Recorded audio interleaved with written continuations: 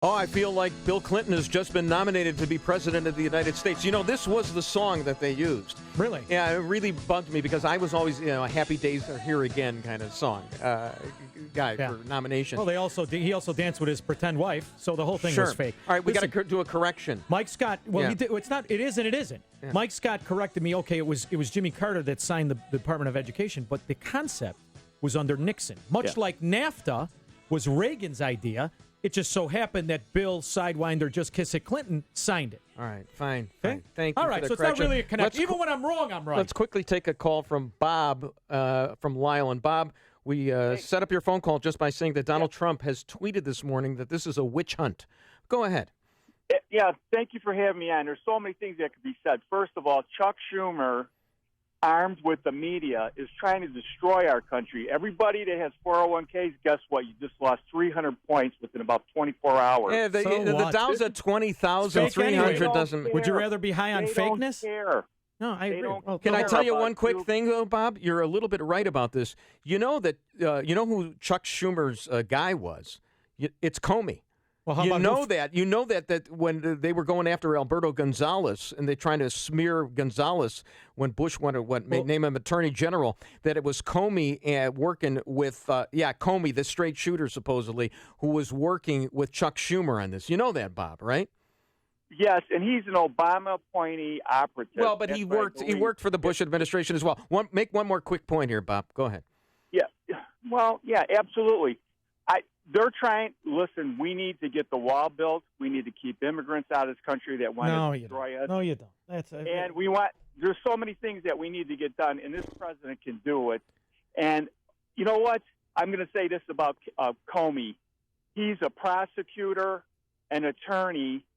There's nothing there. If Trump had done something, don't you think for a minute he would have said that? Well, thank you, Bob. The only thing that Trump did was pay. That he may have tried to obstruct justice with Comey, but there's nothing underneath it. And contribute hundreds of thousands to Chuck Schumer. But we'll forget about that. He's my guy now. But let's go to a girl who understands it all and who I really like. And she's from Florida. She has a career spanning 18 years and 14 countries. She's worked for the Republican Party in Florida in the mid-'90s. She's worked for democracy assistance around the entire world. She's the senior manager at the Grassroots Leadership Academy at Americans for Prosperity, Stephanie Maier.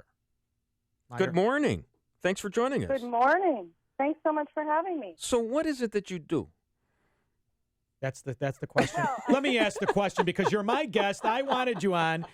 What she does is she explains how we've been slow roasted by the cancer of Fabian socialism 100 years ago. Is that what you do, And now we're Stephanie? at the point where we really don't own anything. Go ahead. She does it better it's your than dance me. floor. Go ahead.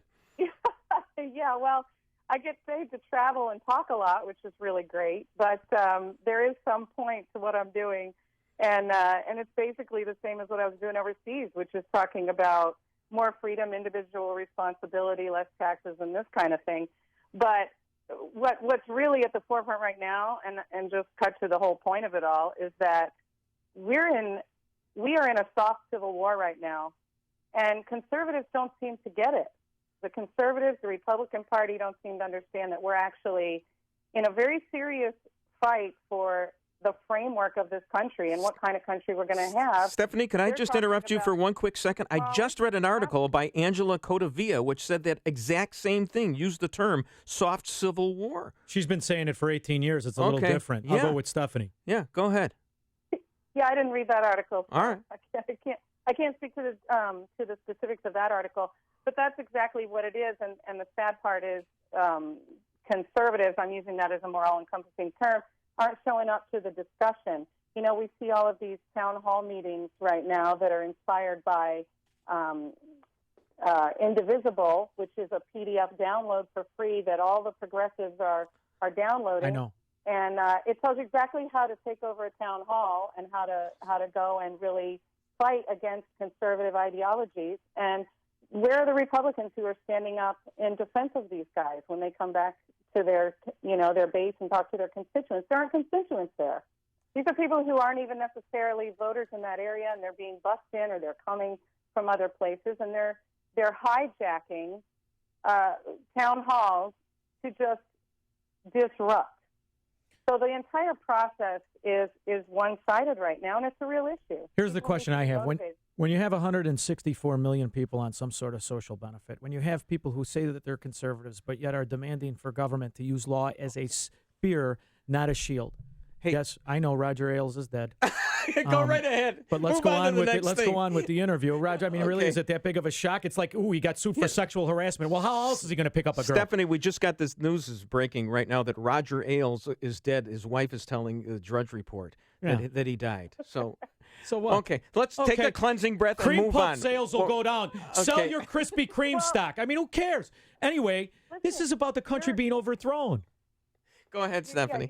It's very important that people understand that what we're going through right now and what you just mentioned isn't new. And that's why, in 1966, Richard Cloward and Francis Piven, who were both professors at Columbia University, which not coincidentally was the home of the Frankfurt School, came up with this idea, the Cloward-Piven strategy, to overload the U.S. welfare system to create a crisis that would lead to a breakdown in our internal entitlement system so that you could replace it with socialist Marxist ideology. Stephanie, where can we find your stuff?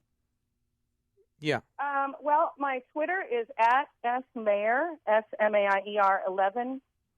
You can always tweet me. You can also, there is a presentation called The Sordid History of Political Correctness. You can find it on YouTube if you Google my name and the keyword sordid history of political correctness. It'll come up that way.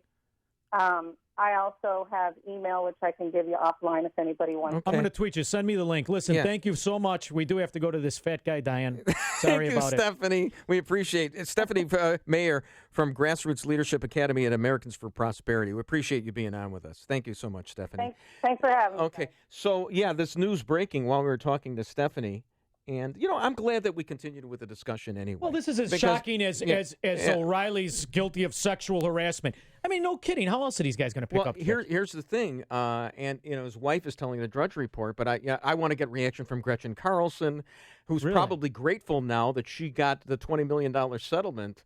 He's 500 pounds. He just went through a scandal. The miracle is he made it this long. Really? Can you blame Roger Ailes? I mean, how else was he going to get any Exactly. gains? That's my point. I mean, Come on. I mean, Have you terrible. taken a picture of this guy? It's a miracle he made it this far. Roger Ailes. And you know what? He was the Svengali. He did create the Fox network. Yeah, and that was good. And that's why I always say that Megyn Kelly, even though she was harassed by Roger Ailes, I would just give her $5 million for that. But she made $100 million because of Ailes. So you only, And I'm the guy who it's all about the money. Listen to you. Well, all I'm saying is she still owes him $95 million. Svengali is right. He created something, and at the time it was necessary. Now it's obsolete. We need something else. Hey, we're going to talk about Roger Ailes because this is breaking news, and it's very, very important. But there's even something more important than that. And that, of course, is Dan and Amy from Punta Cana. Oh, because, I love it. Yeah, vacations always are more important than, people are going to die every day. How many pallbearers will it take to put Roger in a wagon? The fact that the father of the conservative broadcast movement has dropped dead, it doesn't matter.